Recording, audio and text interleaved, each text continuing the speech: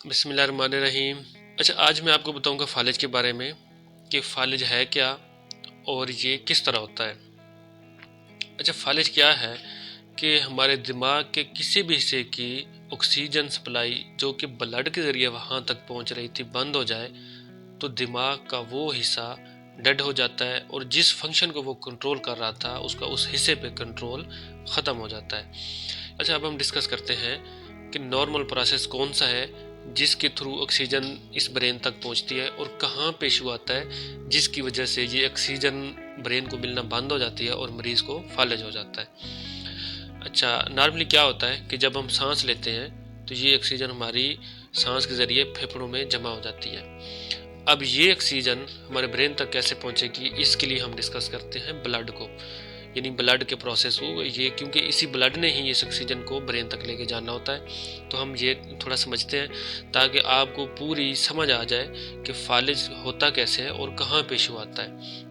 Normally क्या होता है कि हमारे बॉडी में जो कम ऑक्सीजन वाला ब्लड है सारा इकट्ठा होकर हमारे दिल की तरफ आता है। दिल की राइट साइड पे हमारा दिल क्या करता है, उसको पंप करता है फेफड़ों में या लंग्स में।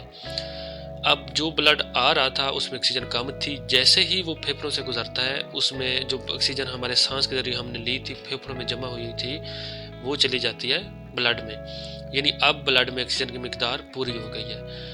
तो अब जो ब्लड आया था उसमें ऑक्सीजन की मिकदार कम थी, जैसे ही वो फेफड़ों से गुजरा उसमें ऑक्सीजन की मिकदार पूरी हो गई। अब दोबारा चला गया ब्लड हमारे दिल की लेफ्ट साइड पे।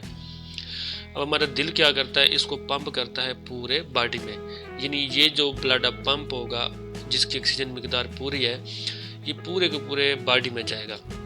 क्योंकि हम बात कर रहे हैं फालिज की, तो क्या होता है कि ये ब्लड जैसे ही पंप होता है ये चला जाता है ब्रेन में। अब ब्रेन के मुख्तलिफ हिस्से हैं और हर हिस्से को ये ब्लड जाना है। तो नॉर्मल क्या होता है कि बड़ी नालियों से छोटी नालियाँ, फिर छोटी नालियाँ, फिर छोटी नालियाँ, तो बिल्कुल यानी कि हर हिस्से को एक छोटी छोटी नाली सप्लाई कर रही होती है और ये ब्लड वहाँ पे, और जो ब्लड के अंदर ऑक्सीजन है ये वहाँ पे पहुँच रही होती है। तो फालिज के केस में क्या होता है कि कहीं पे भी ब्लड क्लॉट बन जाता है, जिसकी वजह से क्या होता है, फॉर एग्जाम्पल अगर एक नाली है जो वो हमारे उस हिस्से को सप्लाई कर रही थी जो हमारी हरकत को कंट्रोल करता है, तो उसको नॉर्मल सप्लाई जा रही थी, किसी भी वजह से ब्लड क्लॉट जो वो उधर बने या वो कहीं और से बने या लेग्स में बने या हार्ट में बने, वहाँ से बने और मूव करके उस नाली में पहुँच जाए, तो वो क्या करता है ब्लड क्लॉट कि जो जिस नाली में वो बनता है वहाँ से आगे वो ब्लड का जाना बंद कर देता है।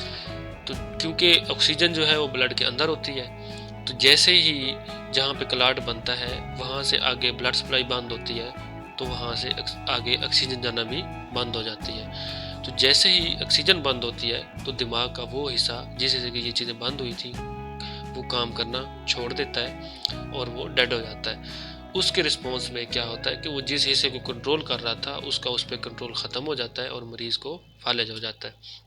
फॉर एग्जाम्पल कि अगर ब्लड क्लॉट बनना है खून की उस नाली में जो हमारी उस हिस्से को सप्लाई कर रही थी दिमाग के, जो हमारी हरकत को कंट्रोल करता है, तो वो डेड होना शुरू हो जाएगा और उसका जो हरकत पे कंट्रोल था वो ख़त्म हो जाएगा। तो उसके रिस्पॉन्स में क्या होगा कि हमारे बॉडी की जो हरकत है हाथों की या बाजुओं की या टांग की जो भी हरकत है वो ख़त्म हो जाती है।